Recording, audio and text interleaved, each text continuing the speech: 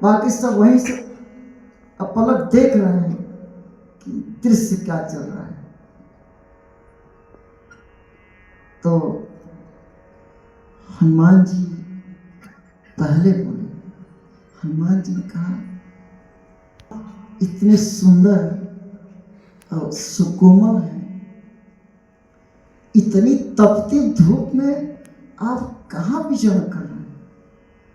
ये पृथ्वी भूमि कितनी कठोर है, कठिन है, कंक्रीट है, और आपके चरण इतने कोमल हैं। तो हे स्वामी, आप कहाँ विचरण कर रहे हैं?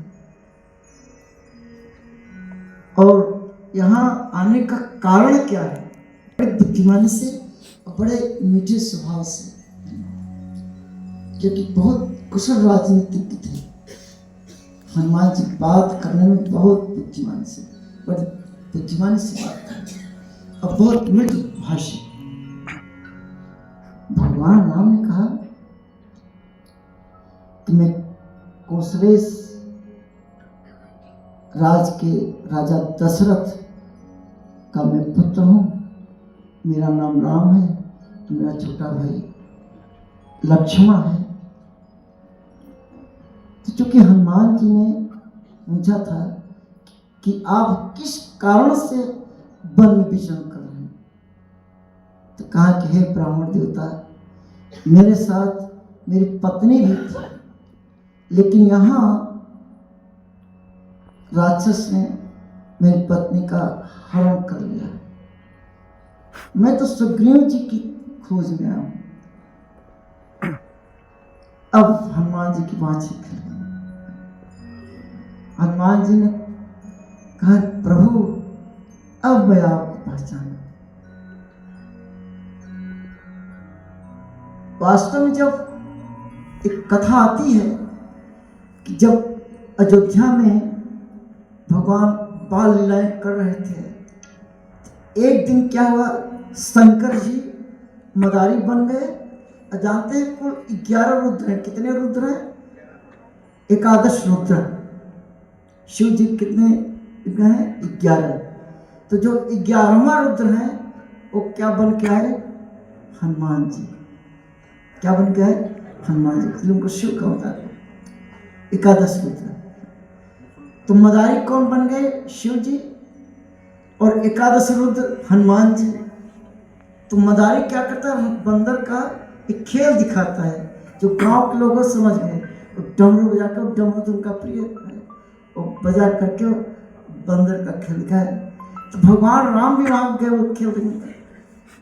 तो बताया गया है कि किस तरह से इतने प्रभावित हो गए उस बंदर के डांस से, और प्रभु का देख करके तो हनुमान जी और अच्छा डांस करने लगे, अपना खेल दिखाने लगे।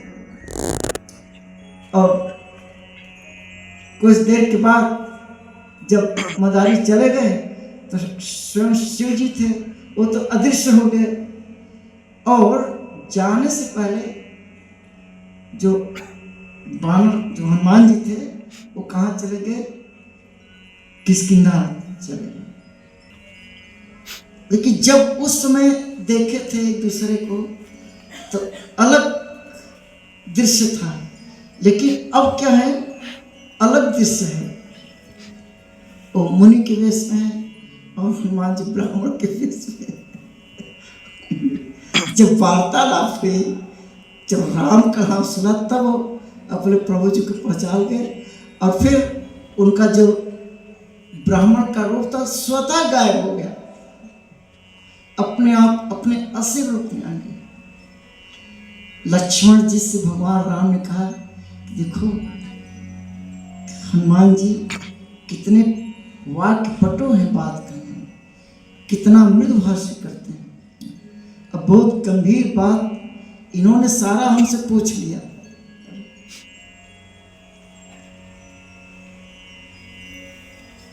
और अब देखिए एक हनुमान जी अपने रूप में है।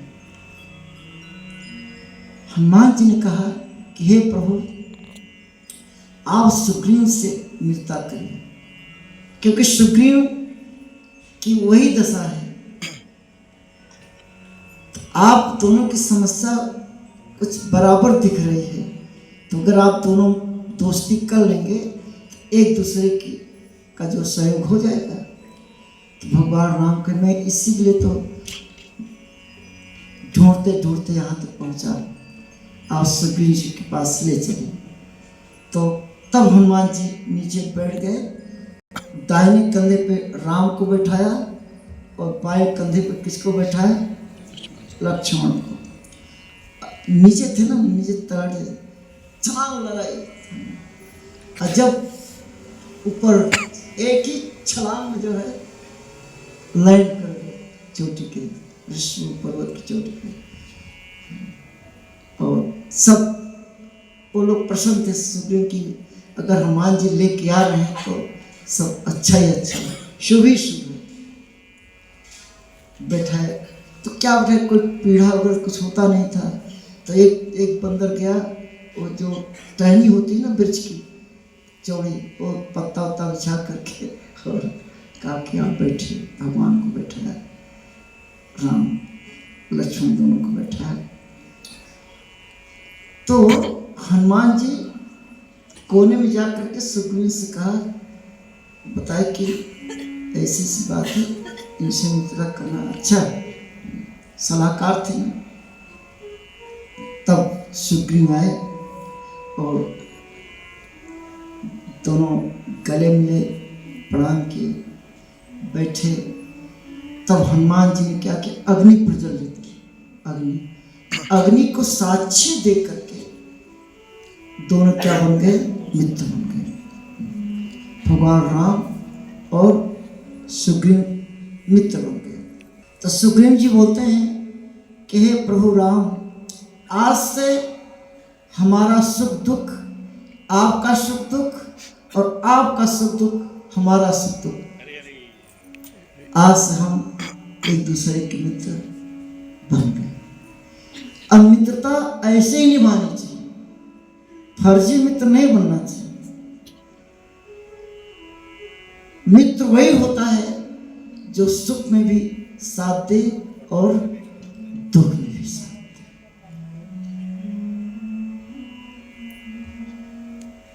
जब मित्रता हो गई तब भगवान श्री राम ने कहा कि सुग्रीव,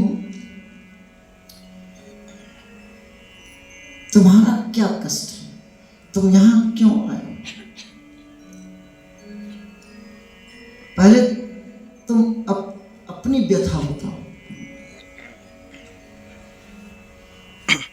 सुग्रीव की आंखों में आंसू आए जब बताने लगे कि हे प्रभु, मेरा बड़ा भाई जिसका नाम बाली है, बहुत ही बलवान है। अब बाली को ब्रह्मा जी का वरदान प्राप्त है कि बाली से जो भी युद्ध करेगा उसका आधा बल ट्रांसफर होकर के किसको मिल जाएगा, बाली को समाहित हो जाएगा। तो जिसको ऐसा वरदान प्राप्त हो तो सामने वाला जो तो हार जाएगा ही।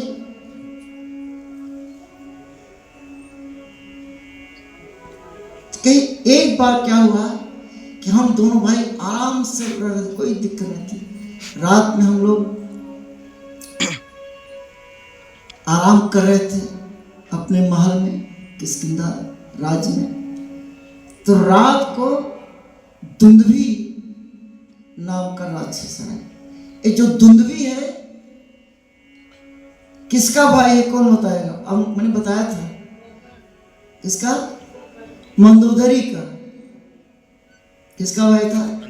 मंदोदरी को दो भाई, एक का नाम मायावी, एक दुंदुभी। एक बार जो दुंदुभी था वो रात को ललकारा, क्योंकि दुंदुभी इतना बलवान था कि वो समुद्र से जाकर भिड़ गया। समुद्र का अगर तुम्हें बल का लड़ना ही है तो जाके शिव जी के जो ससुर हैं हिमवान, उनसे जा लड़ो, हिमालय पर्वत से उनसे जाके लड़ो। तो समुद्र के कहने से वहाँ चला गया। वहाँ जाके अपने वो भैंसे के रूप में रहता था, भैंसा बहुत विशाल भैंसा बन करके लड़ता, तो सिंह से लड़ने कि माँ ने हाथ जोड़ लिया, अगर तुम्हें युद्ध करना है तो बाली के पास जाओ। तो बाली मेरे भाई के पास आया रात में, बहुत गरजने लगा।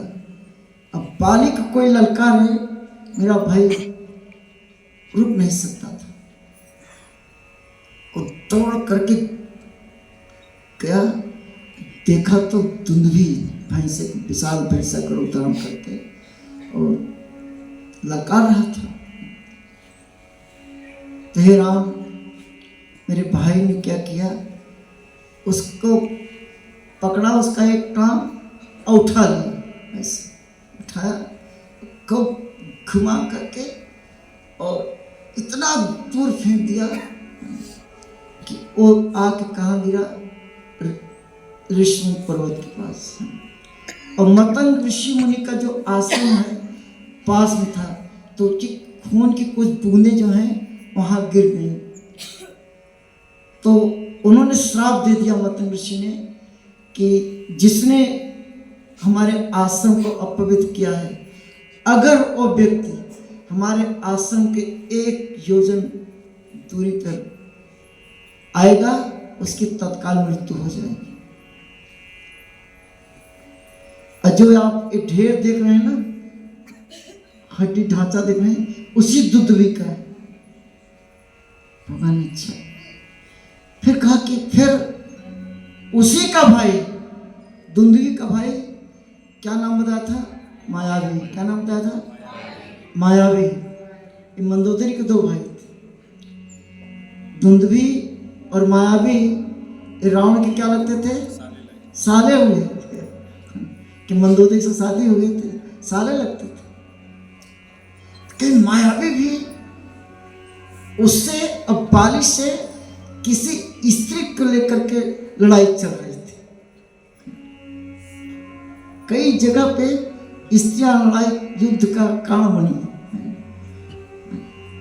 तो सुग्रीव ने कहा कि किसी स्त्री को लेकर के बाली में और मायावी से दुश्मनी थी।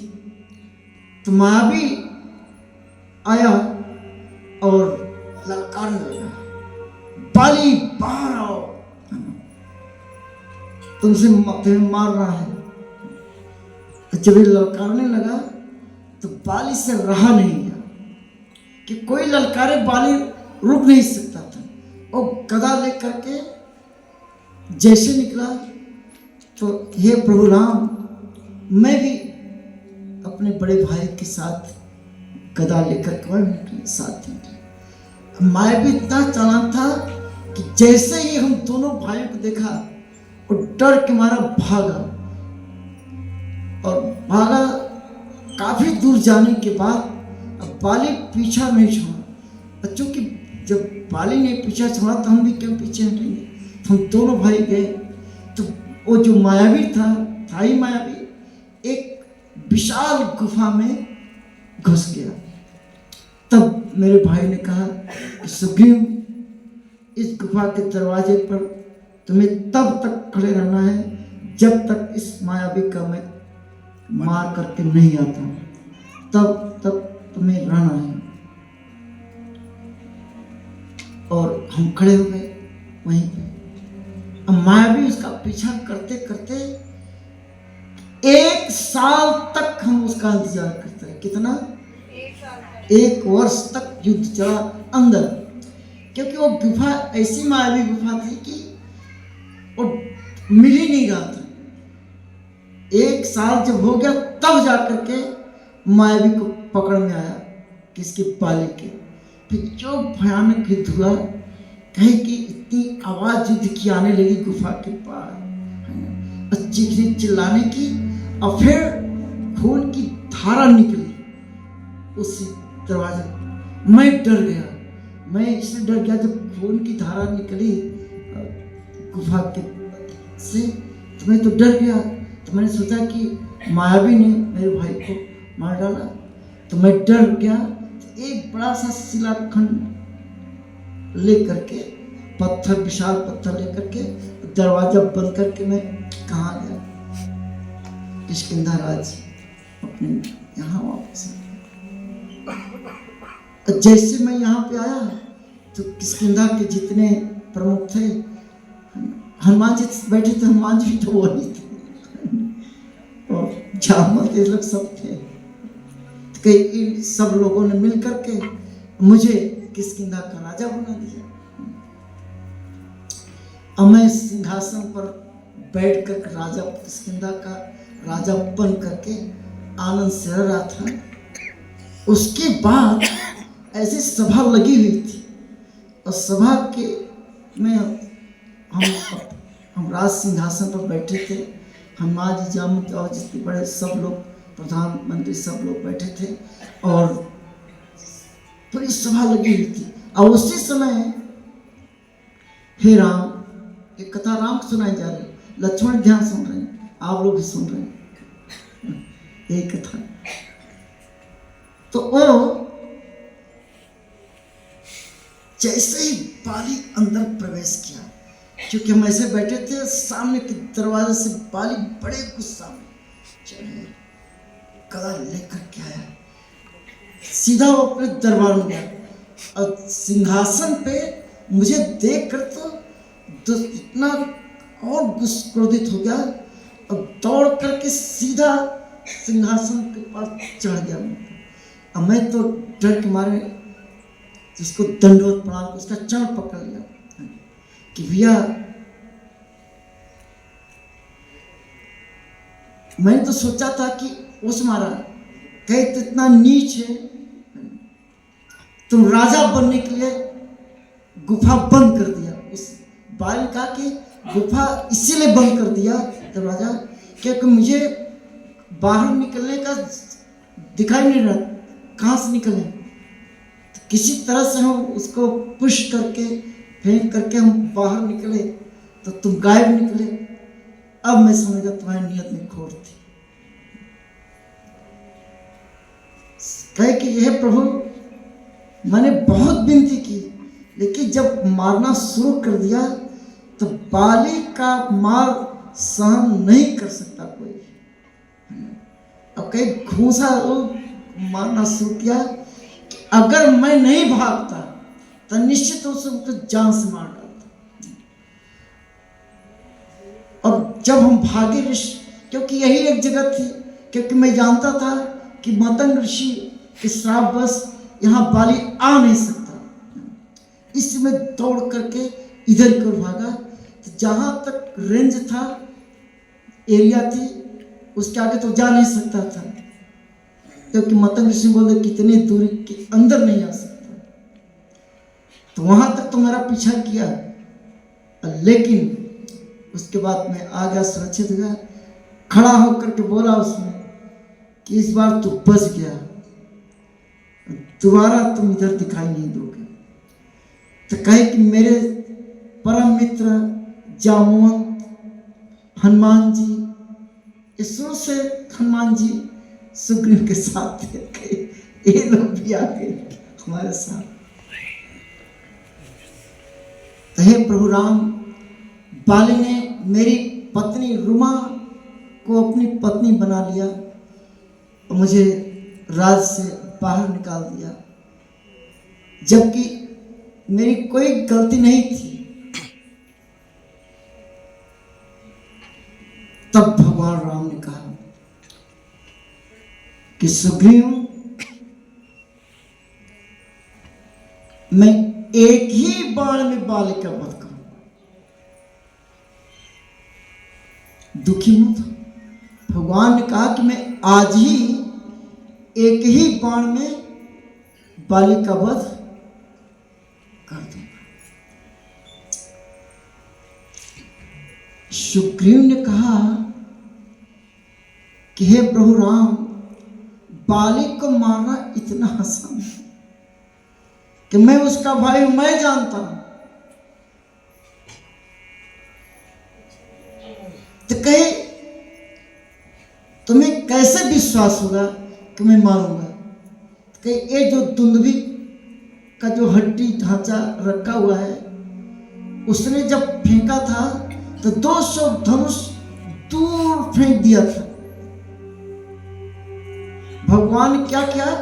अपने बाएं पांव के अंगूठे से ऐसा फेंका 80 मील तक चला गया वो ढांचा।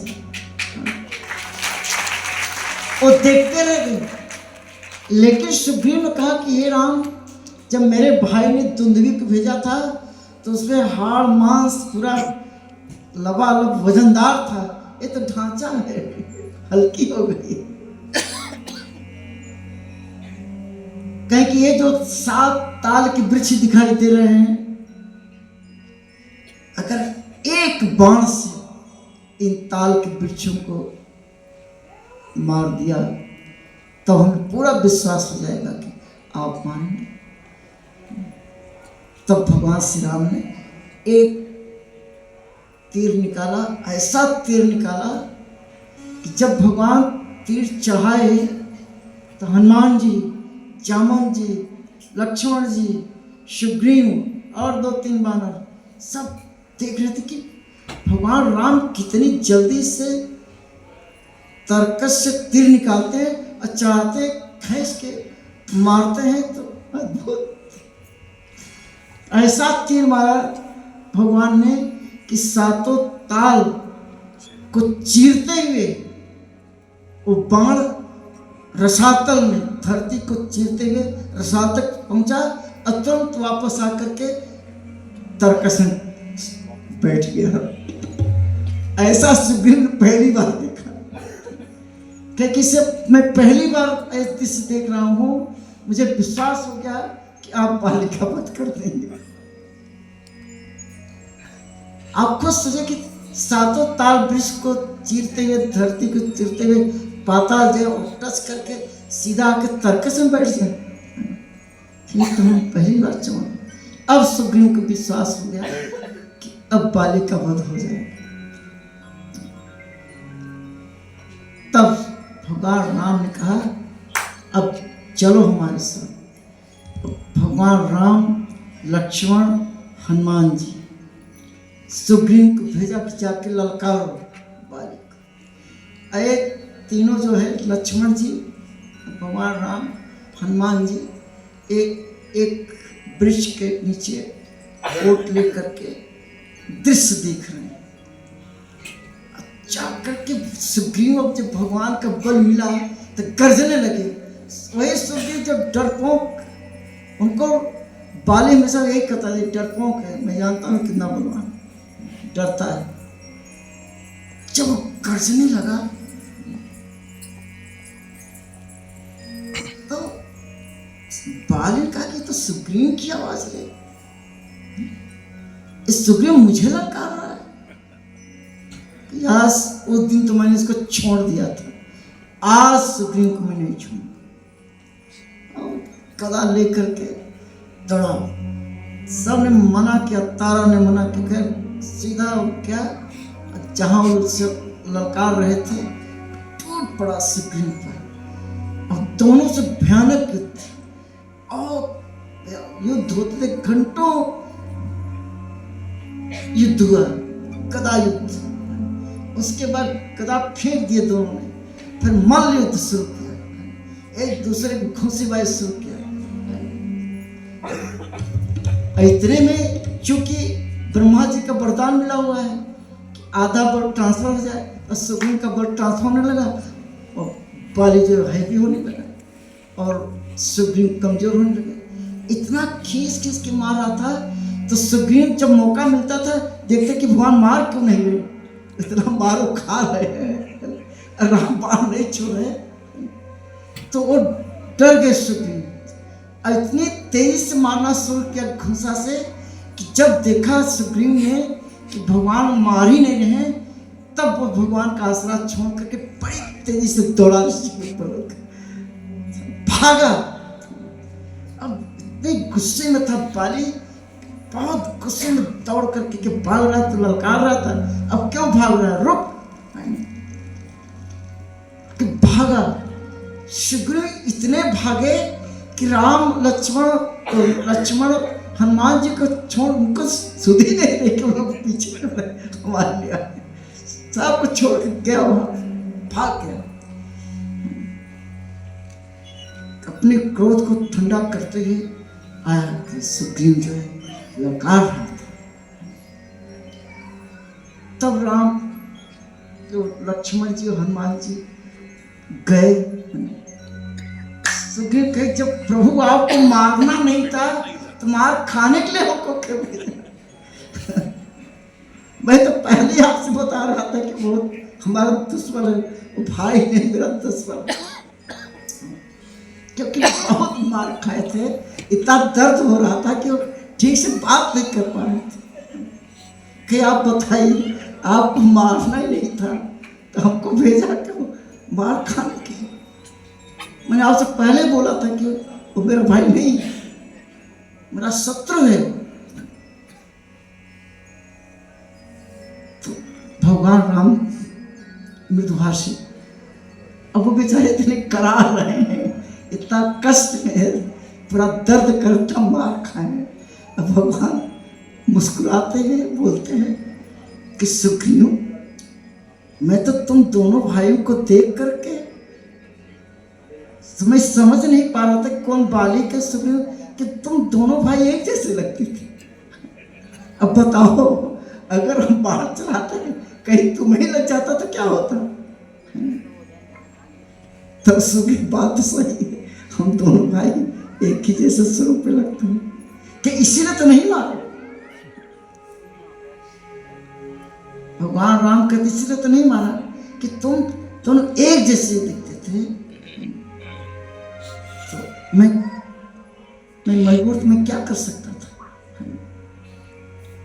लेकिन अब ऐसा नहीं होगा। तो लक्ष्मण जी से कहा एक जयमाला लाओ, एक हार। भगवान ने उस हार को सुग्रीव के गले में डाल दिया कि ये हार से ये पता चले कि आप सुग्रीव हो। अब फिर भगवान ने क्या किया, उनके सर पे सुग्रीव के सर से लेकर के पूरे शरीर पर भगवान ने अपना हाथ फेर दिया। जैसे हाथ फेर दिया तो जितना दर्द था सब क्या हो गया, छूमंतर, सब गायब हो गया। भगवान ने स्पर्श जैसे किया, सारा दर्द दूर, नई ऊर्जा शक्ति उनके अंदर आ गई। अब भगवान ने कहा कि अब इस बार चुप नहीं होगी, क्योंकि गले में माला है, अब धोखा नहीं होगा। कौन सुग्रीव कौन बाली, जाओ ललकारो। जैसे ही दोबारा जब ललकारने लगे तो ज्यादा जोश में थे कि गले की माला जो है ना असर कर रही थी। अब वो निश्चिंत थे कि अब तो भगवान मैं बचा लेंगे, अगर भाई मारेगा तो भगवान बचा लेंगे। तो करीब के फिर वापस आ गया और पहली बार से दूसरी बार ज्यादा गरज रहा है, ललकार रहा है कि इस बार या तो मारूंगा या तो मरूंगा, लेकिन चाहेंगे चलो। जो तारा थी तो बड़ी भक्ति थी उसका। जानते हैं 5 कन्या मानी गई, 5 कन्या बड़ी प्रसिद्ध है शास्त्रों में, उसमें तारा का भी नाम था। ये 5 कन्या वो होती हैं कि शादी होने के बावजूद भी वो शुद्ध मानी जाती हैं, कन्या के रूप में उनको माना जाता है। 5 कन्या, जैसे द्रौपदी 5 पतियों के रहते भी द्रौपदी को कन्या का ही मिलती। तारा, मंदोदरी, तो ये सब जो है 5 कन्या में आती है। तो तारा बड़ी भक्ति थी, उसने कहा कि स्वामी आज मत जाइए, क्योंकि मेरा बेटा ने बताया था कि जो चाचा हैं किसने बताया था? अंगद, कि बताया था, सुना था बाणों से कि उसने मित्रता कर ली है किससे? राम से। ये वही राम है जिन्होंने खरदूषणों को मारा, धनुष तोड़ा, उन्हीं के बल पर जो है एक सुग्रीव कर रहा है, आपका लड़का है। हे नाथ आप मचे, वो बात नहीं सुनता रखा कि कुछ भी हो हम छोड़ेंगे नहीं, और झटका मार करके तारा ने उसका पांव पकड़ रखा था, तारा को धक्का दिया, आ गया। बड़ी जबरदस्त, इस बार तो दोनों तरफ से लड़ाई चल रही है कि सुग्रीव को भगवान का ताकत मिला हुआ है और उधर बाली जो है ज्यादा गुस्सा में है। इसकी हिम्मत कैसे पड़ी दोबारा ललकारने की, तो बड़ा भयानक युद्ध हुआ दोनों में, टक्कर। लेकिन धीरे धीरे धीरे धीरे कौन कमजोर होने लगे? सुग्रीव के 50% ट्रांसफर होने लगा। क्या वरदान मिला था ब्रह्मा जी को बाली को। जब वो कमजोर होने लगा तब भगवान समझ गए कि अगर अब नहीं मारेंगे तो फिर भागेंगे। भागने से पहले ही भगवान ने क्या किया? तीर चला दिया। ऐसा तीर चलाया जो सीधा बाली के छाती में प्रवेश कर गया। और जैसे ही तीर लगा, बाली जो है बेहोश होकर के गिर गया। जैसे ही गिरा तब लक्ष्मण, राम और हनुमान जी आए सामने। बाली ने कहा कि मैं आज तक हमारे आपसे कोई दुश्मनी नहीं की, कोई शत्रुता आपसे हमारी थी नहीं। आप तो कृपा निधान हैं, दयालु हैं, धर्मज्ञ हैं। आज तक अयोध्या में हम कभी घुसे ही नहीं। कोई फिर आपने हमको किस लिए मारा? और वैसे भी युद्ध कला में अगर दो वीर युद्ध कर रहे हों तो उसमें तीसरे को नहीं मारना चाहिए, लेकिन आपने मारा। भगवान श्री राम ने कहा, चार जो छोटे भाई की पत्नी को जो अपना पत्नी बना ले, इससे बड़ा पाप है। और तुमने ऐसा पापाचार किया,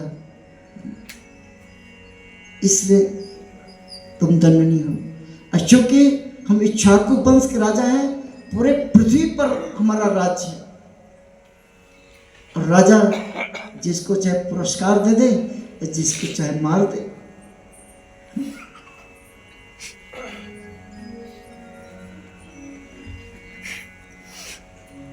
तो बाली ने कहा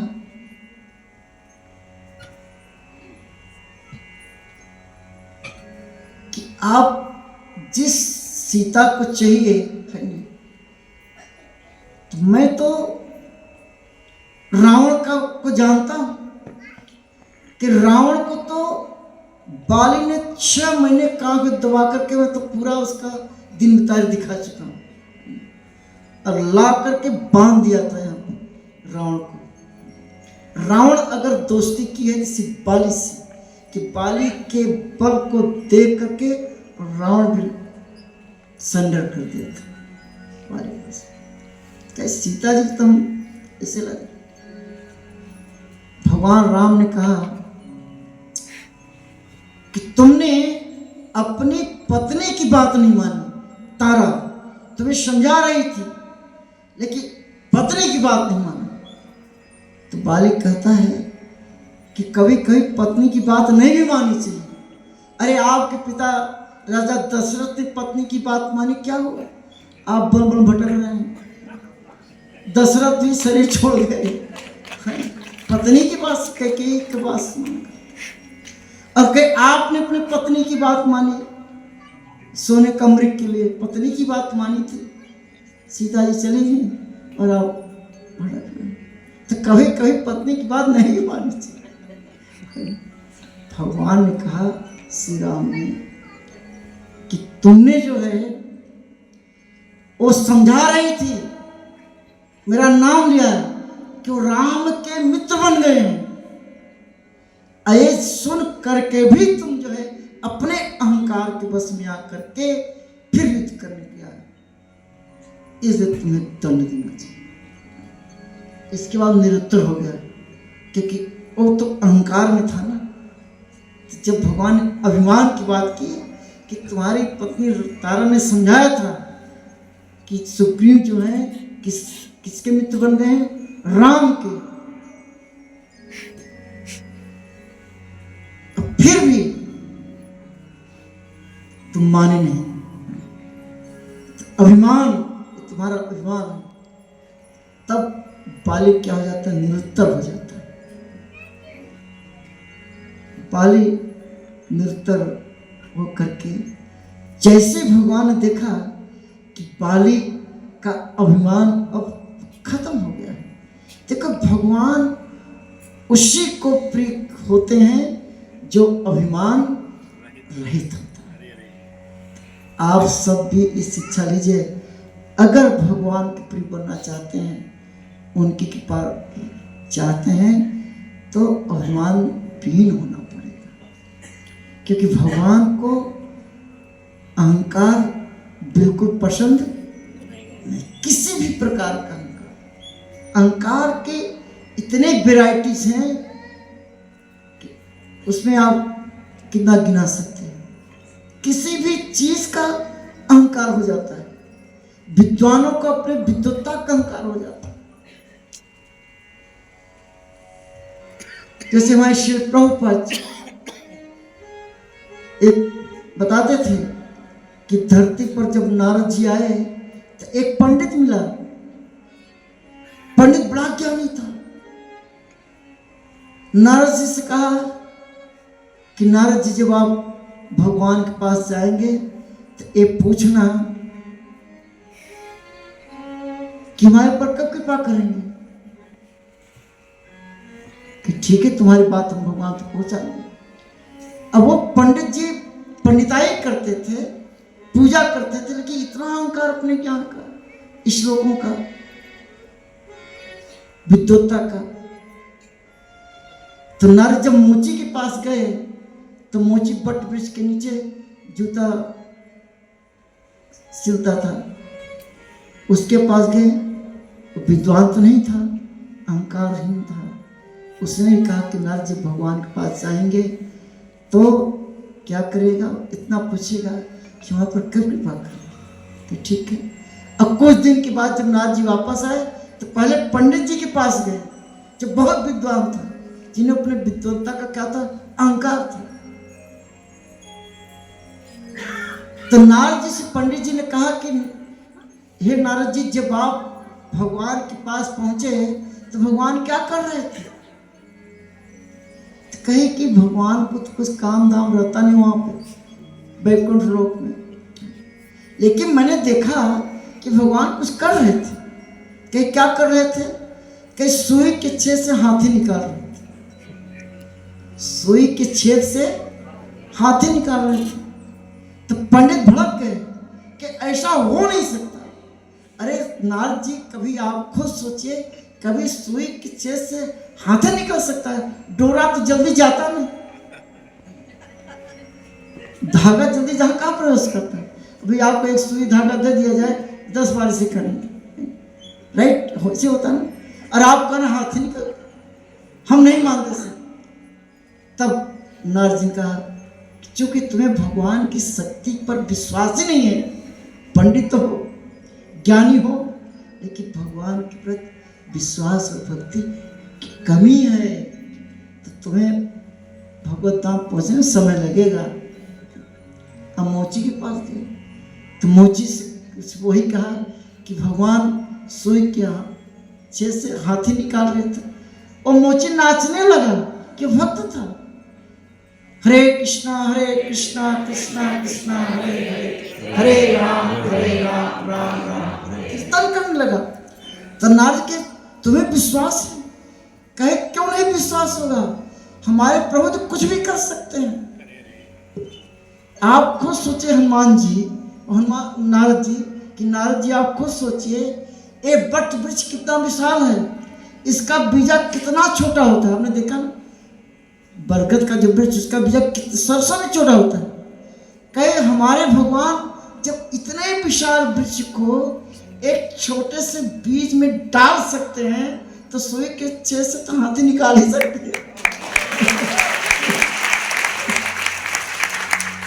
ऐसा तक प्रस्तुत किया भक्त ने कि भगवान नारद जी प्रसन्न हो गए कि तुम्हारे पर भगवान विशेष कृपा। तो जब अहंकार किसी चीज का हो सकता है, तो अगर भगवान को प्राप्त करना चाहते हैं तो अहंकार दूर करना होगा। तो जब बाली का देखा भगवान ने कि इनका अपमान क्या हो गया, अब दूर गया, तब भगवान जानते क्या बोलते हैं कि हे बाली, तुम्हें पर अब मुझे तैयार है कि अब तुम बिल्कुल अहंकार शून्य हो गए हो, तुम भक्त वत्सल बन गए हो, इसलिए मैं चाहता हूं तुम्हें जीवन दान दे दूं, जीवन दान दे दो। भगवान कितने कृपालु हैं। अहंकार शून्य हुए, कहीं मैं तुम्हें जीवन दान दे सकता हूं। फिर बाली ने जो कहा कि हे राम, बड़े बड़े ऋषि मुनि तपस्वी भक्त भक्ति करते हैं, साधना करते हैं, तपस्या करते हैं कि अंत समय में उनकी जीवा से उनका आपका नाम निकले। अब मैं कितना बड़ा भाग्यशाली हूं कि आपके हाथों, आपके सामने, आपके धाम जाऊं। ऐसा अवसर मिलेगा कि नहीं मिलेगा, इसलिए मैं जीवन दान नहीं चाहता, ये प्रार्थना करता है। सोनयन गोचर जासु बाली की प्रार्थना है भगवान श्री राम की, कहि सुत गावहि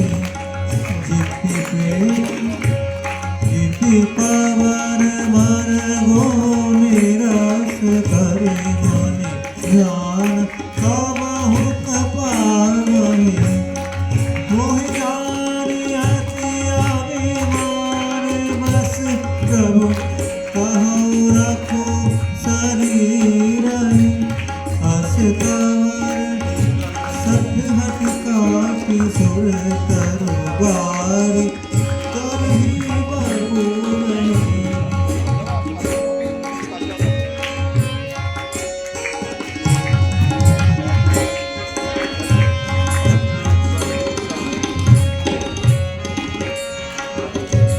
अवनाथ कर करुणा विलो कहो, देहु जो भर मांगो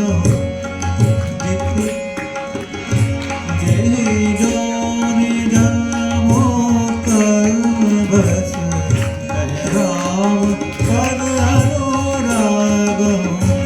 यह तनय मम सब बिना मन कल्याण प्रद प्रभु लीजिए, गहि सुर नर नास हमत कीजिए। राजा रामचंद्र की। लास्ट लाइन में क्या कहता है बाली कि जब बाली का वध हुआ, बाली भगवान से प्रार्थना कर रहा था, उसी समय तारा, सब लोग, पूरे बानर सेना जितनी थी, सब लोग, अंगद भी, सब रोते हुए आकर के खड़े हो गए। तो बाली कहता है अंगद को लेकर, देखो पुत्र सबको प्यारा होता है। अब मरते वक्त जब बाली ने अंगद को देखा, दुखी हो गया। स्वाभाविक होता है, एक पिता जा रहा हूं, अब पुत्र सामने रो रहा हूं, पिता पर क्या गुजरेगी, आपको सोच सकते।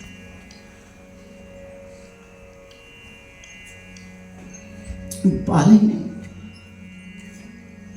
रोते हुए अपनी बेटी का भगवान को थमा दिया।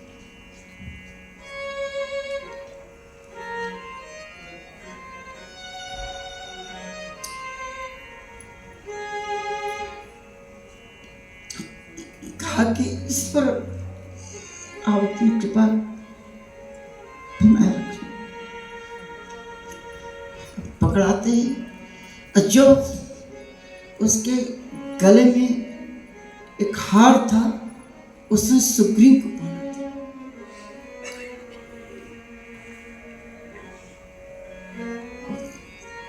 भगवान का दर्शन करते हुए भगवान का नाम प्रार्थना कर लिया था और शरीर त्याग दिया। जैसे ही शरीर त्यागा सब चिखाड़ चिखाड़ करके रोने लगे। उसका तारा का विलाप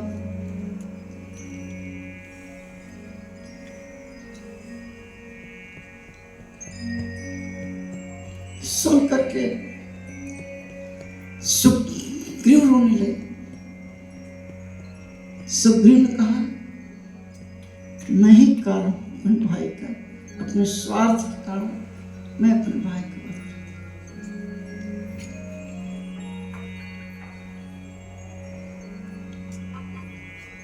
करूं। भगवान ने समझाया सुग्रीव, आप ऐसा करेंगे तो फिर सारा उजड़ जाएगा। इसलिए बाली वीर था,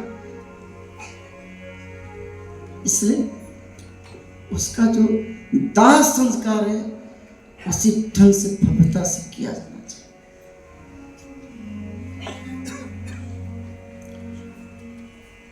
तारा विलाप करके रोने लगी कि आप मुझे भी मार दीजिए, कि पति के बिना मेरा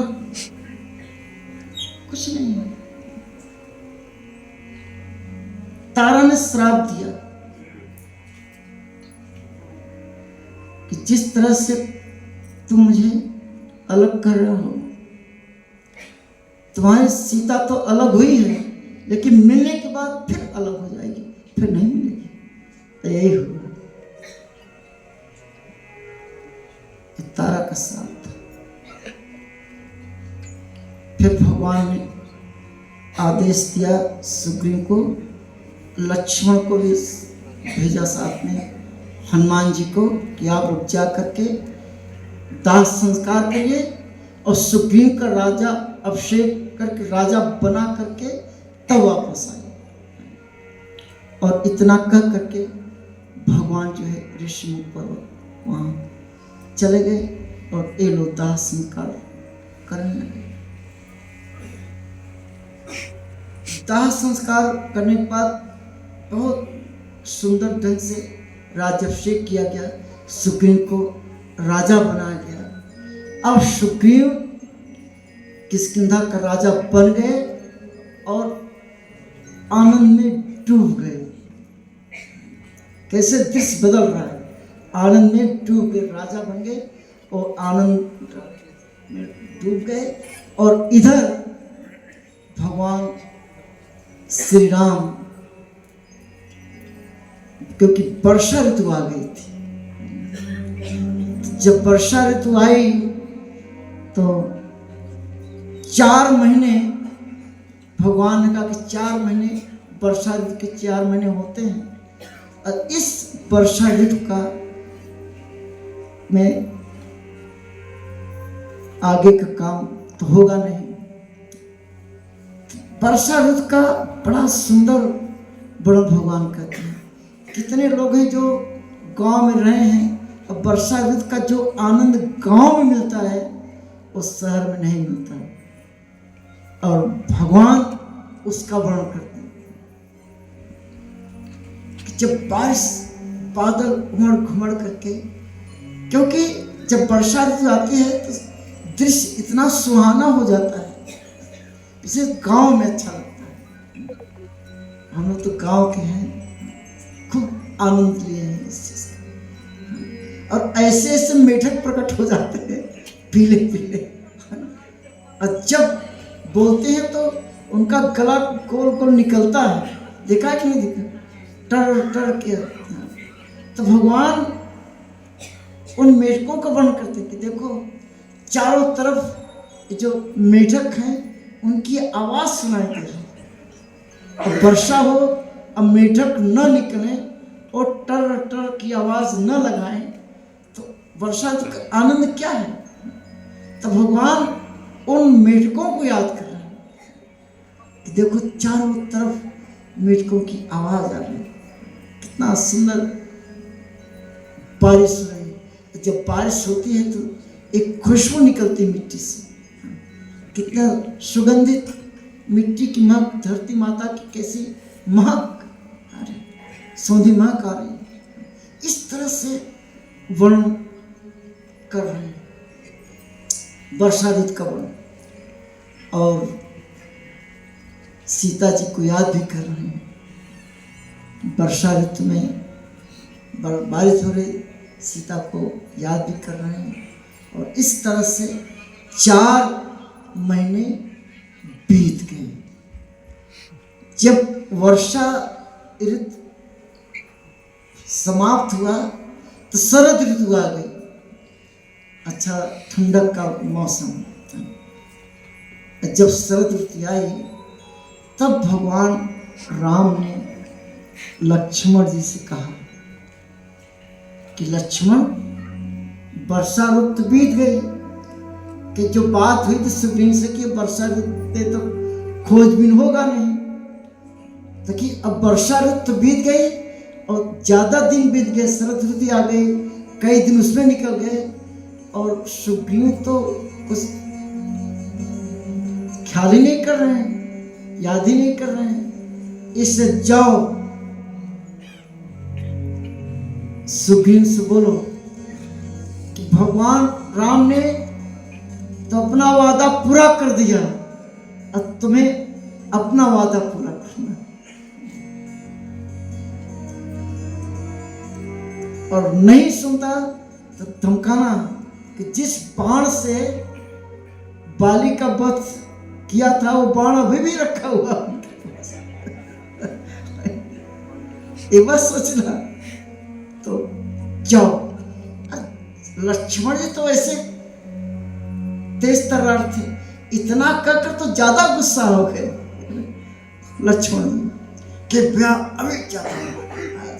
अब लक्ष्मण जी गुस्सा करके क्रोध करके तो शीशा उतारे ना, फुकार मारते थे, गुस्सा करके चाहे सिर्फ उनका क्रोध देख करके, क्योंकि ऋषिमुख पर्वत से किष्किंधा राज महल के आते टाइम तो लगता है, तो जितने जगह में चारों तरफ बानर लोग थे, भरते वृक्ष, कुछ जासूसी बानर थे।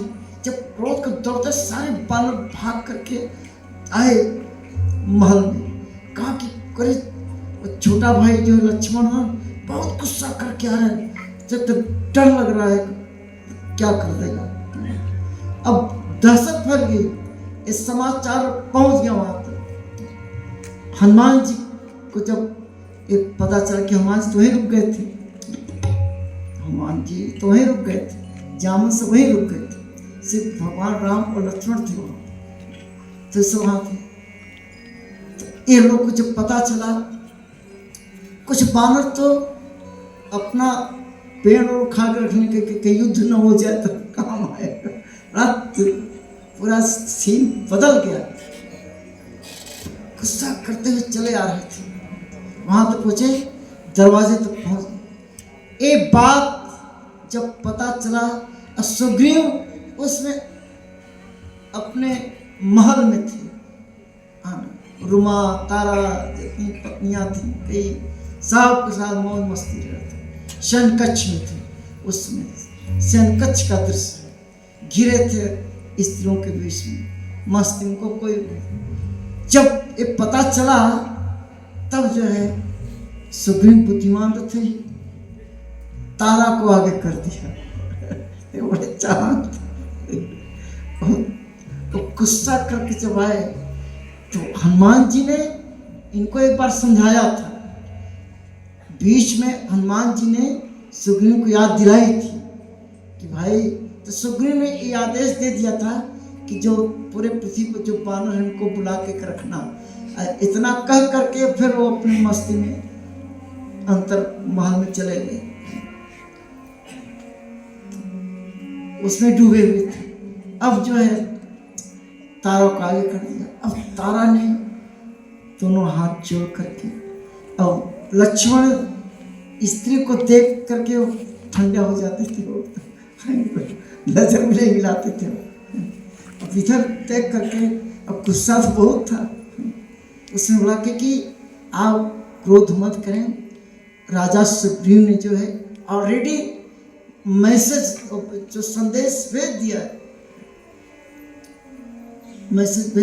संदेश भेज दिया है पूरी जगह। और बानर सब कुछ आ चुके हैं, कुछ आने वाले हैं। तब जो है बहुत बड़ा व्याख्या कीजिए, इतना समय नहीं है कि सुग्रीव जो है तब अब तारा के समझाने के बावजूद वो सुग्रीव से मिलना चाहते थे लक्ष्मण जी। और फिर गए महल के अंदर पहुंचे, वहाँ देखे तो सुग्रीव जो है कई स्त्रियों के साथ जो है वहाँ सब बैठे थे। और फिर वो उठे, जब लक्ष्मण जी पहुँच ही गए शयन कक्ष में तो वो क्या है प्रणाम किया, काँप रहे थे सब। कहे कि बिल्कुल हम चलते हैं। अब जो है सुग्रीव, हनुमान जी, सब पूरी सेना जो है पांडवों की वहाँ पहुँची, कहाँ, जहाँ भगवान राम और लक्ष्मण बैठे थे। सुग्रीव ने कहा इतने बानर आ गए, पूरे संसार भर के बानर, इतने वैरायटी के बानर कई, क्योंकि पूरे विश्व से, पूरे धरती से बानर आए थे। जैसे अगर आप विदेश जाइए तो वहाँ के बानरों का चेहरा मोहरा अलग होता है, होते बंदर है लेकिन डिजाइन अलग होता है, ये आपने देखा होगा।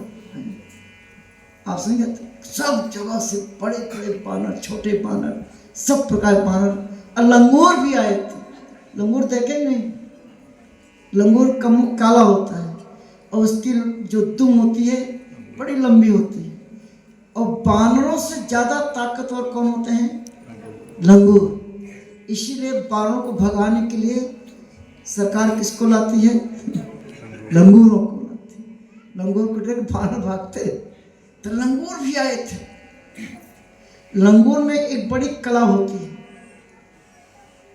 उनके अंदर एक क्वालिटी होती है कि जैसे इस पेड़ पे बैठे हैं वो और दूसरे पेड़ पे उनको जाना है, तो अगर वो मान लो वहां से जंप लगाए, कूदी मारी और वहां तक नहीं पहुंच पाए, तो जहां तक पहुंचे तो वहीं से रिवर्स हो जाता है।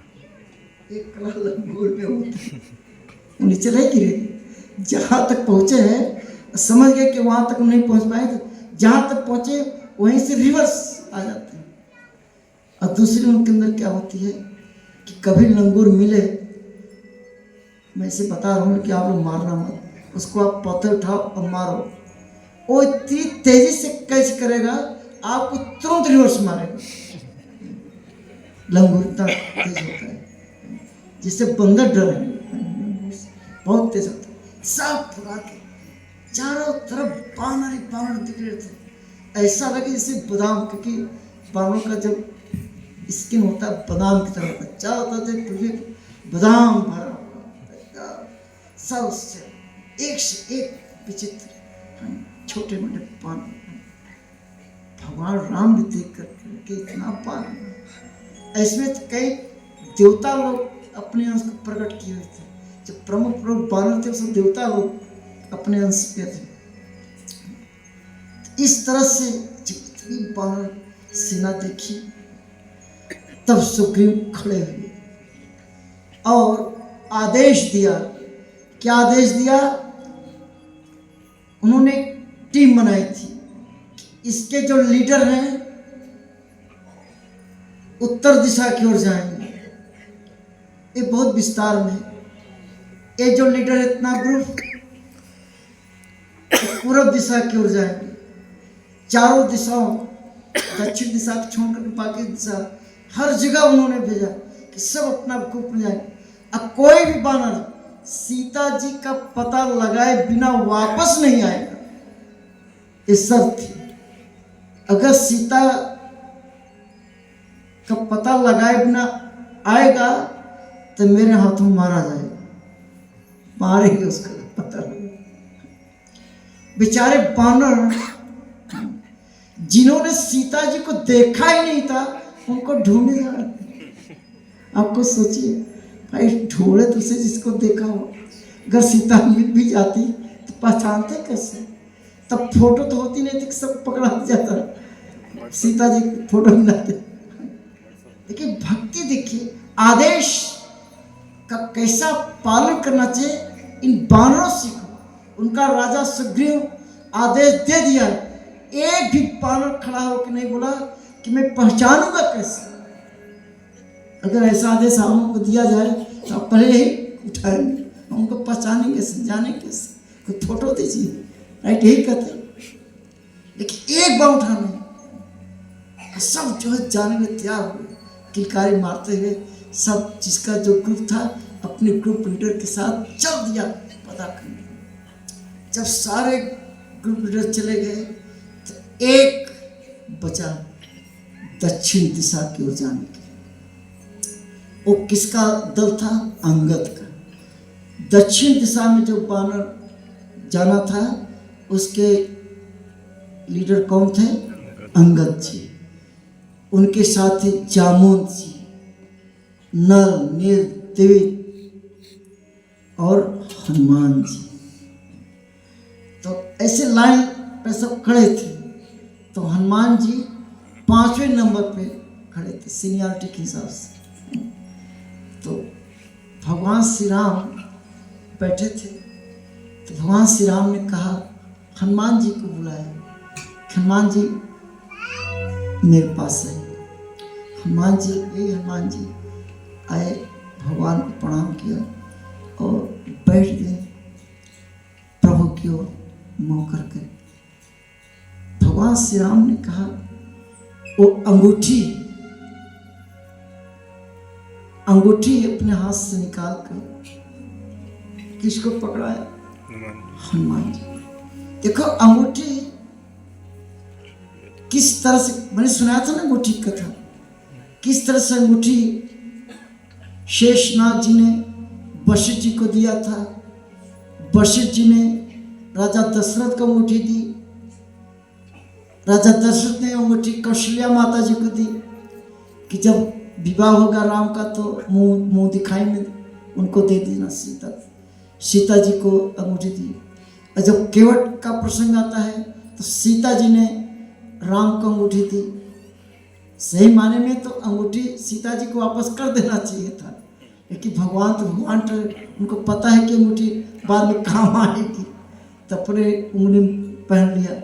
अब वही अंगूठी अपनी अंगूठी से निकाल करके, अंगूठी किसके पास जा रहे? हनुमान जी के पास।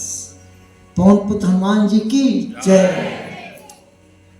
वो अंगूठी बड़े प्रेम से हनुमान जी ने लिया, सम्मान दिया और अपने पास रख लिया।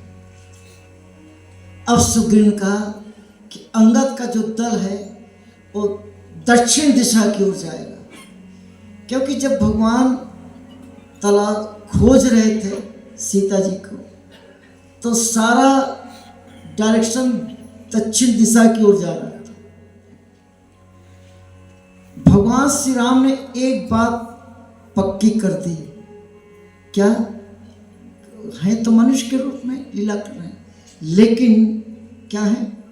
स्वयं भगवान है। कैसे पता था? इससे पता, इतने बानर थे, बड़े बड़े बलवान बानर, कम नहीं थे, लेकिन भगवान ने किसको सुना? हनुमान को। क्योंकि भगवान को मालूम था कि हनुमान ही सीता जी के पास पहुंचेंगे। ये भगवान से। और अंगूठी हनुमान को ही दिया कि अंगूठी एक ही थी। ये नहीं कि कोई डुप्लीकेट बना के सबको अंगूठी पकड़ाते थे, जो मिलता उसी को पकड़ा देते, ऐसा नहीं। अंगूठी एक ही थी। हनुमान जी से भक्त अकेले थे, इसलिए हनुमान जी कितने प्रिय हैं, विश्वसनीय हैं भगवान राम के, इससे पता चलता है। अब फिर जब आदेश मिला सुग्रीव का, तब ये दल भी जो है सब दलों की तरह खोज करने लगा। और सारे बानर भालू सब जो जहाँ थे सब जाके सीता जी को खोज कर रहे। कोई भी गुफा, कोई भी चीज दिखती थी खोज के ढूंढते थे। और देखे कोई नहीं थे, एक तरह से देखा किसी ने नहीं सीता। अब खोज सब किसको रहे? सीता को। प्रेम देखिए, आदेश आज्ञा का पालन कैसे करना चाहिए, ये शिक्षा मिलती है। ढूंढ रहे हैं सब, और एक भी बानर वापस नहीं आया, क्योंकि किसी को मिला ही नहीं। और सीता जी अशोक वाटिका में है। हनुमान अंगद जी का जो दल था सीता जी का खोज करते करते करते करते 1 महीना बीत गया। कितना? 1 महीने का समय दिया गया था सुग्रीव के द्वारा कि 1 महीने के अंदर पता लगाना है। 1 महीना तो ही बीत गया, किसी को नहीं मिला। अंगद के दल को भी सीता जी का पता नहीं मिला। ये बेचारे भूखों प्यासे मरने लगे। भूख लगी, कहीं कहीं फल मिलता था, ऐसे से वन होते थे जहाँ फल ही नहीं होते थे, कहीं सरोवर नहीं दिखता था, तो भूख प्यास लगी थी। अब ये लोग क्या करें, एक जगह बैठ करके सोचने लगे, क्योंकि मौत तो निश्चित है। बिना सीता जी का पता लगाए जाएंगे तो सुग्रीव मारेंगे, और अगर कुछ खाना पीना नहीं मिला तो वैसे मारे जाएंगे। उसी समय बकुला, समझते हैं बकुला? बकुला जो गांव होते हैं, बकुला वहीं रहता है जहां बोले ना पानी होता है। तो कुछ बकुला, कुछ ऐसे पक्षी आकाश में उड़ते हुए दिखाई दिए कि वो जहां पानी होता वहीं मर जाते हैं। तो इन लोगों की आशा की किरण जगी कि उधर पानी हो सकता है। अब ये लोग जो है जब उधर जाने लगे तो बड़ी विशाल गुफा देखी, पूरा अंधकार। वहां जाना इतना आसान नहीं था। गुफा बड़ी विशाल, अंदर गुफा देखी, और उसके ऊपर जो है वो पक्षी मरा रहे थे।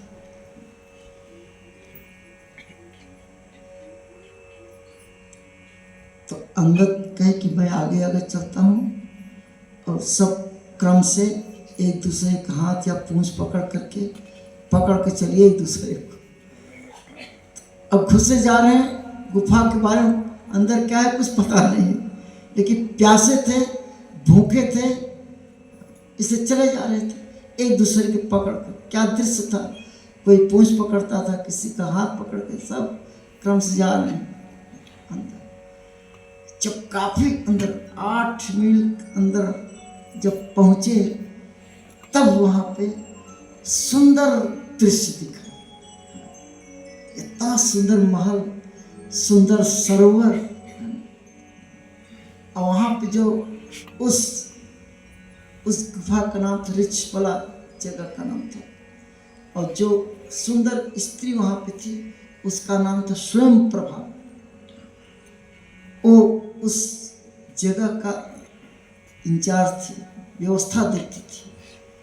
जब उसके पास गए तो सब लोग जो है प्रणाम किए, जो शिष्टाचार होता है। मैं सनातन संस्कृति में जब हम किसी से मिलते हैं तो प्रणाम करते हैं। तो स्वयं प्रभा जो थी से पूछा, सबको बैठाया, ये लोग भूखे थे ही, तो बढ़िया इतना सुंदर बढ़िया कितने नाना प्रकार के फल दिए, खूब पानी जल खूब खिलाया पिलाया, स्वागत किया उन लोगों का, बड़ा अच्छा लगा। तो ये पूछा कि ये किसका है क्या है, तो कहा कि मैदानों, वही मैदानों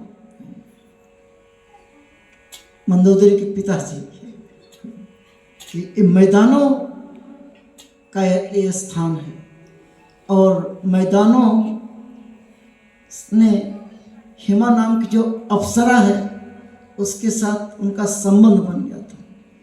तो मैदानों और हेमा अप्सरा यहाँ कई साल तक यहाँ पे रहे। और जब इंद्र को पता चला कि स्वर्गलोक में एक अप्सरा नहीं दिख रही है, तो इंद्र को जब पता चला कि हेमा वहाँ पे है, तो उन्होंने इंद्र को जो है मैदानों को अपने ब्रज के पहाड़ से भगा दिया। तो हेमा ने क्या किया, जब मैदानों चला गया तो हेमा कुछ दिन तक यहाँ पर रही। ये कौन सुना रही, स्वयं प्रभा बता रही, कथा सुना रही। तो हनुमान जी, अंगद जी, जामन जी सब सुन रहे। उसके बाद क्या हुआ कि हेमा जाते वक्त, मैं उनकी सखी हूँ, सहेली हूँ, तो मुझे सौंप दिया कि तुम यहाँ की रखवाली करना, इस जगह का सुरक्षा तुम करना, तो मैं यहाँ पे रहती हूँ, इसका देखभाल करना। तो हनुमान जी उस बड़ा से इतनी बड़ी कथा है इस गुफा की।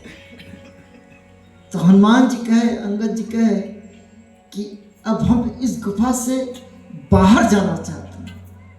जैसे बाहर जाने की इच्छा जाहिर की, स्वयं प्रभा ने कहा कि यही तो समस्या है हनुमान जी, अंगद जी, कि इस गुफा की एक खासियत है कि इसके अंदर आदमी जीवित तो आ सकता है, लेकिन जीवित बाहर नहीं जा सकता। फंस गए। जब सुना कि बड़ी विचित्र गुफा है, इसके अंदर आदमी जीवित तो आ सकता है, लेकिन जीवित बाहर नहीं जा सकता।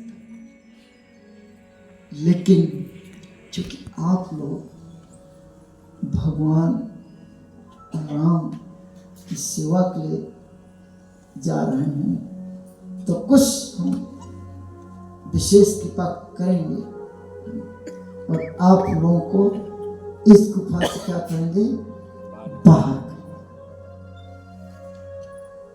तब इन लोगों के जान में जान आई, नहीं तो डर गए थे।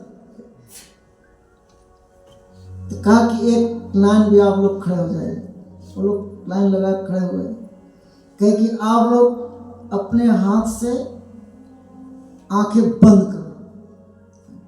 बानर ठहरे, आंखें बंद के तो डर पैसे देख रहे थे मुझसे क्या करने वाली। बादल तो बादल होते हैं, तो ऐसे जब करे तो देखते रहे कि क्या हो, कुछ कर भी जाएंगे। कहे देखो, अगर बाहर निकलना है तो पूरी तरह से आंख बंद करना है, ये नहीं कि झांको, ऐसा नहीं चलेगा, पूरी तरह से। अब ये लोग अपना पलकें बंद करके और दोनों हाथ से अपना आंख दबा लिया, एकदम बंद कर लिया कि मरता क्या नहीं करता, बाहर जाना था, जीवित जाना था। तो आंख बंद कर लिए, काफी वो लोग बाहर चले गए, फिर भी आंख नहीं खोल रहे डर के मारे। तो एक बार बोला कि यार देखिए, लोग उनको ऐसा आभास हुआ कि हम लोग बाहर आ गए हैं, तब उन्होंने धीरे धीरे आंख खोली, तो देखा सब सही सलामत बाहर आ गए गुफा से। ये दृश्य था।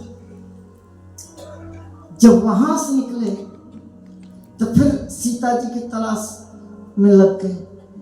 अब वहां तो खाना पीना मिल गया, लेकिन जब और बाहर गए तो फिर वही हालत। भाई जो खाए थे कितने घंटे तक चले, अपना खाए तो रहा नहीं जा सकता। अब वे लोग परेशान हो गए। अब बार बार यही सोचे कि महीना तो बीत गया, अब ज़्यादा हो रहा है, अभी तक सीता जी का पता नहीं चला है तो मौत निश्चित है, हम लोग की तो मौत निश्चित है। तो वो लोग एक जगह बैठ गए और जब वो चर्चा करने लगे कि आज जो हम लोग कष्ट पा रहे हैं इतना, ये उसी दुष्ट कैकेयी की वजह से। किसकी वजह से? उसी दुष्ट कैकेयी की वजह से हम लोग भूख मर रहे हैं। इतना जो कष्ट हम लोग दुष्ट कैकेयी की वजह से, उसी की वजह से जो है कितने लोग मारे गए। बेचारा जटायु तक मारा गया उसकी वजह से। जब जटायु का नाम सुना तो एक उसका बड़ा भाई संपाति उस पर्वत के सुन रहा था। संपाति ने बोला था इन लोगों को कि बहुत, वो भी भूखे थे, संपाति भूखे थे कि आज तो इतना कई बानर इकट्ठे दिखे हैं, तृप्त हो जाऊंगा, खाऊंगा। कि एक वो जो संपाति है वो जो है वो हमको खाने के लिए कर रहा है, वैसे भूख लगी हुई, वापस जाते हैं तो सुग्रीव मारेंगे तो मौत अब पक्की हो गई हम लोग। लेकिन जैसे ही जटायु का नाम सुना, जटायु का नाम सुना, तुरंत संपाति पिघल गई। ये तो मेरे छोटे भाई का नाम है, काफी साल से एक दूसरे भाई से मिले नहीं थे। तब उन्होंने ऊंची आवाज में बोली संपाति कि भाई आप लोग डरो मत, हम आप लोगों को नहीं खाएंगे, क्योंकि आप लोगों ने मेरे भाई का नाम ले लिया है, जटायु का नाम ले लिया है, इसलिए मैं असमर्थ हूँ, क्योंकि हमारे पंख जले हुए हैं, आप लोग मुझे नीचे उतारिए। तब इन लोगों की हिम्मत पड़ी और सब लोग उठ करके हनुमान जी ने संपाति को नीचे उतारे। तब संपाति ने कहा, उन्हें परिचय बताया कि हम दोनों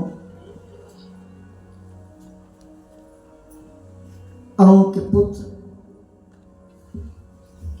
कि अणु और कणु दो भाई थे। तो करुण जी किसके साथ चले गए? भगवान विष्णु के पास।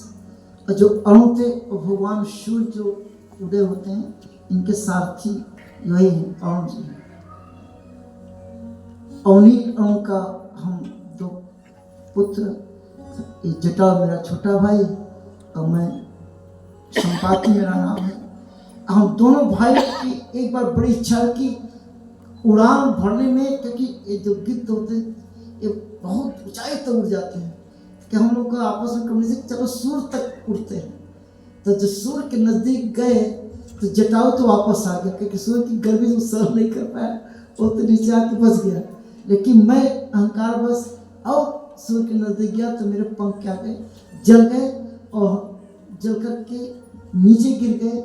जिस पहाड़ के ऊपर फंसे में तब गिरे हुए।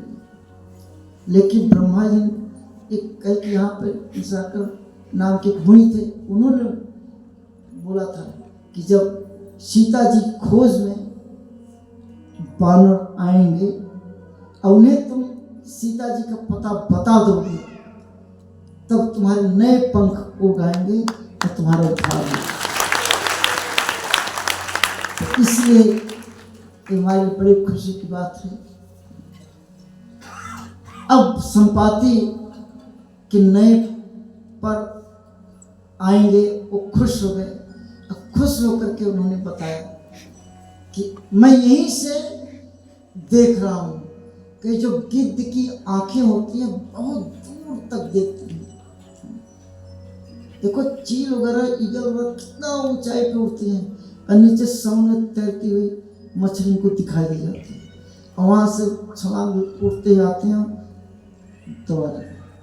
तो मैं यहीं से देख रहा हूँ कि इसमें सीता लंका के अशोक वाटिका में बैठी हैं एक वृक्ष के नीचे और दुखी है। बाछे खिल गई उनकी, हनुमान जी को पता चल गया। लेकिन लंका तक पहुंचने के लिए इतना आसान नहीं है, क्योंकि 100 योजन समुद्र उसको क्रॉस करना पड़ेगा, उसको लांघना पड़ेगा, तभी वहां जाया जा सकता है।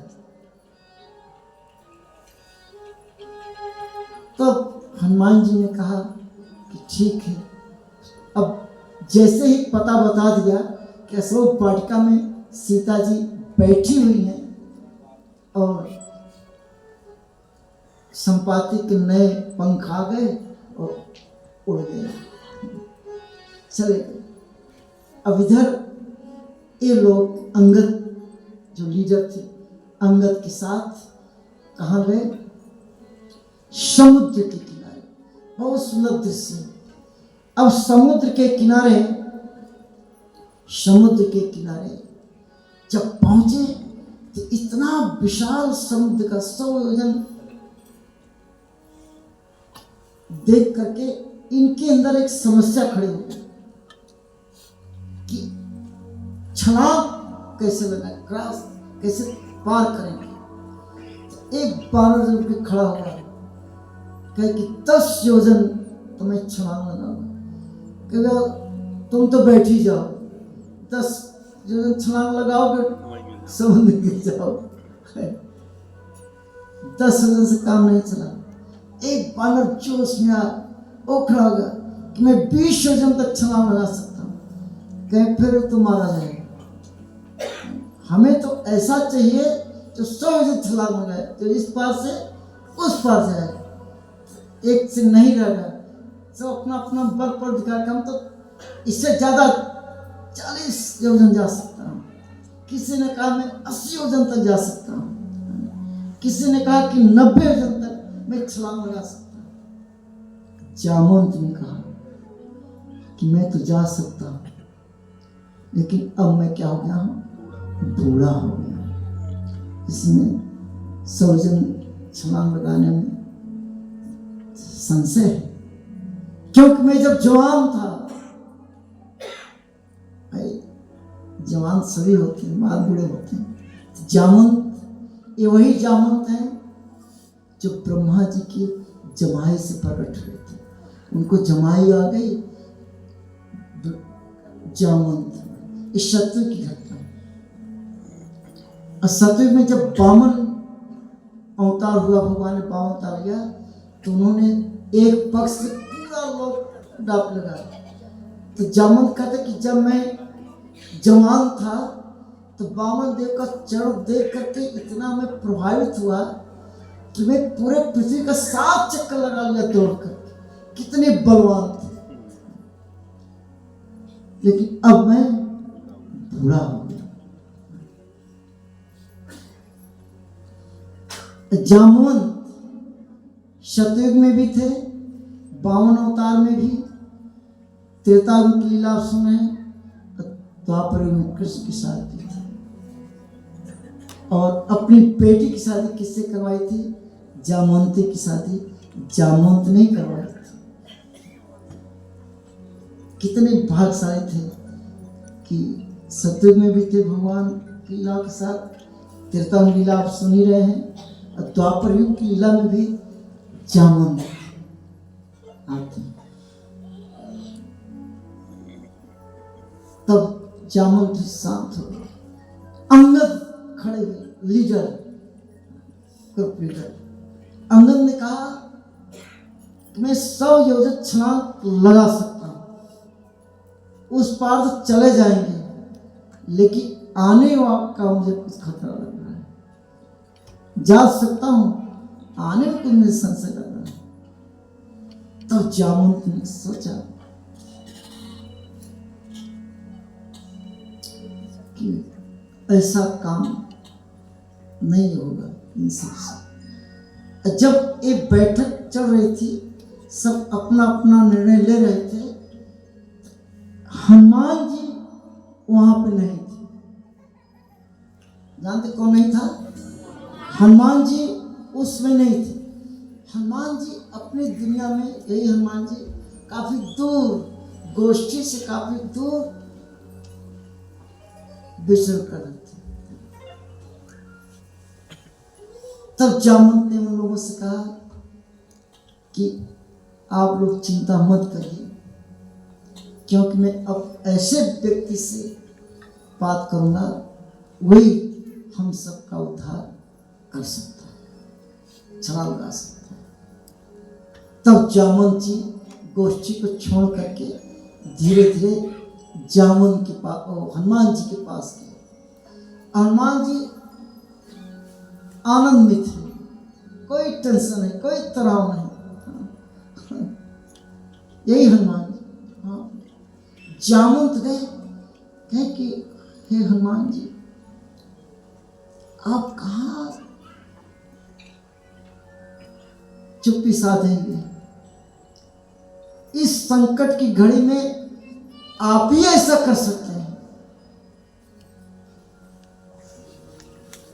क्योंकि हनुमान जी को अपना बल भूल जाने का श्राप था।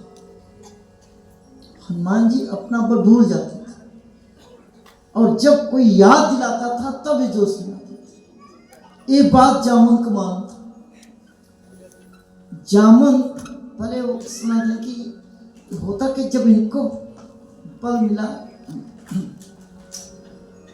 तब जामुन ने कहा कि जब अब पूरी जन की कथा सुनाते हैं, किसकी? हनुमान जी को हनुमान जी की कथा सुना रहे, क्योंकि यही में जोश में आएंगे। ये जामुन का मामला था। जामुन ने कहा आप पुंजक स्थला नाम की जो अप्सरा, ये जामुन सुना रहे किसको? हनुमान जी को, और आप लोग भी सुन रहे हो। उन्होंने कहा कि पुंजक स्थला नाम की जो अप्सरा थी स्वर्गलोक में, वो इस धरती पर कुंजर नाम के बानर के घर जन्म लिया। और जो कुंजर नाम के बानर थे, उन्होंने उस पुत्री का नाम क्या रखा? अंजना रखा। क्या रखा? अंजना। अंजना बहुत ही सुंदर थी, तो अप्सराएं थी। और अंजना की शादी जो है केसरी नाम के बानरराज केसरी से कर दिया, इसीलिए केसरी नंदन कहलाते हैं। केसरी नंदन, केसरी शादी कर दिया। तो अंजना, वहां पे अभी भी एक पर्वत है, अंजन पर्वत, अंजना गुफा वहां पे कर्नाटका में है। जब हम बता दें पंपा सरोवर एक आसे पास, देखो एरिया पूरा बानरों का राज था। तो बानर राज जो केसरी थे वहीं रहते थे। तो अंजन पर्वत, अंजन गुफा है, उनके माँ के नाम से गुफा का नाम अंजन है। तो कहे कि उस अंजन गुफा में आपका जन्म हुआ। कैसे जन्म हुआ? कहे कि जब एक दिन क्या हुआ कि अंजना जो आपकी माता जी थी, और श्रृंगार करके पर्वत पे विचरण कर, पर्वत के ऊपर विचरण करती, तो उनकी सुंदरता को देख करके वायु देवता प्रभावित हो गए। तो वायु को आप देख नहीं सकते, लेकिन महसूस कर सकते हैं। तो कई वायु देवता ने आपकी माता जी का आलिंगन किया, तो अंदर से कौन है जो दिखाई नहीं देता और मुझे इस तरह से आलिंगन कर रहा है? तो कहीं आपके पिता पवन देवता ने बोला कि मैं वायु देवता हूं, पवन देवता हूं, मैं सिर्फ मन से स्पर्श कर रहा हूं, लेकिन मेरे इस मन से स्पर्श से जो पुत्र होगा वो मेरी तरह बलवान होगा, छलांग लगाने वाला हो, कूदने वाला होगा, बहुत बलवान पुत्र होगा। और इतना आशीर्वाद दे करके पवन जी ने छोड़ दिया। तो कहे उसी जब अंजना जी आई, तो अंजना गुफा में आपका क्या हुआ? जन्म हुआ। इसीलिए हनुमान जी का एक नाम क्या पड़ा? मारुति। वास्तव में हनुमान जी का नाम मारुति रखा था, वायु का नाम है, पवन पुत्र।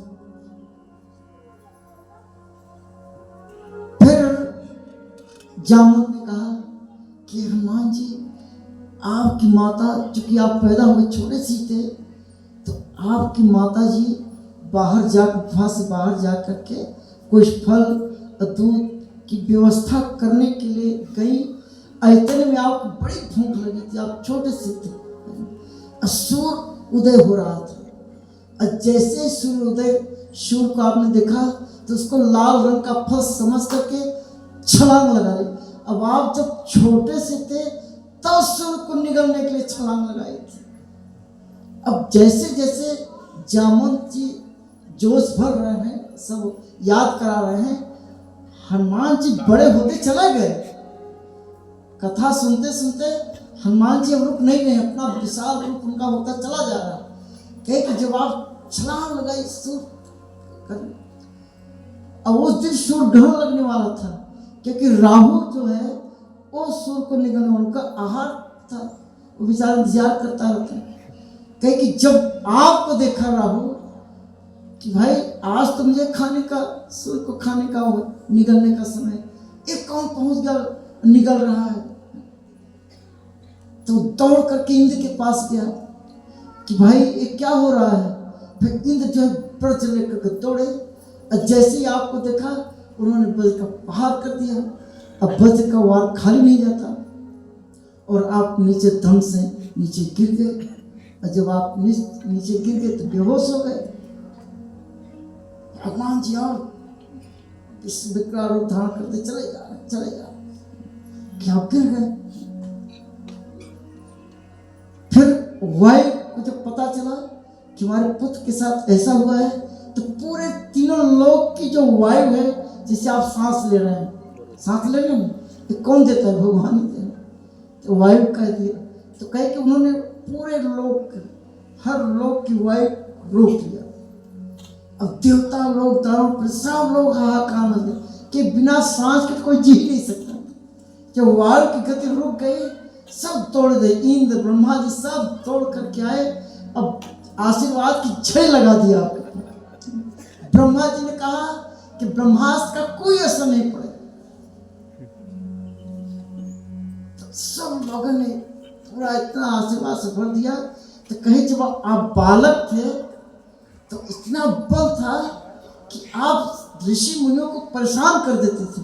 किसी का कमंडल लेके भाग जाते थे, किसी का पानी कम रहता उड़ा देते, सब कैसे उत्पाद मचाते थे आश्रम जाकर। तो सारे ऋषियों ने मिल करके आपको श्राप दिया था कि ये हनुमान जी जो है ना, बहुत उपद्रव मचा रहे हैं, अब ये बल को भूल जाएंगे। इनको कोई जब बल को याद दिलाएगा तब इतने जोश भी आ जाएगा। तब जो है अब हनुमान जी पूरे जोश में आएंगे। तो आप ही छलांग लगा सकते हैं कि हमारे जितने बानर हैं ये सब, कोई 10 योजन, कोई 20 योजन, कोई 50 योजन, 90 योजन, कोई करा कि हम जाएंगे लेकिन वापस आने में खतरा है। लेकिन आप कर सकते हैं कि याद कि जब आप छोटे से बालक थे और तब सूर्य को पकड़े छलांग लगाते निगलने के लिए, तब तो आप जवान हैं। तने कहकर हनुमान जी पर्वताकार बड़ा विकराल रूप धारण कर लिया। हनुमान जी ने बड़ा कि हनुमान जी गरजने लगे। जब हनुमान जी गरजने लगे और पूरा विशाल उधर से ये बानर जितने भी थे अंदर छोटे छोटे लगने लगे। अंगद, जामुन सब ऐसे देख रखे हनुमान जी क्या हो गया ना, पर ऐसा रूप अभी तक देखा नहीं था ना, अभी तो ओरिजिनल रूप है उसी रूप में देखा। अब तो पर्वताकार जब रूप देखा तब हनुमान जी ने कहा कि ये पूरी लंका को उखाड़ करके मैं ला सकता। हम सीता जी को तो पता खोजेंगे ही, अगर सीता जी नहीं मिली तो रावण सहित पूरी लंका को उखाड़ करके ले आऊंगा, हनुमान जी बोलते। उसके बाद कहा कि जो गरुड़ है कितना तेज उड़ते हैं, उड़ते हुए गरुड़ का आकाश में मैं 1000 बार चक्कर लगा सकता हूं।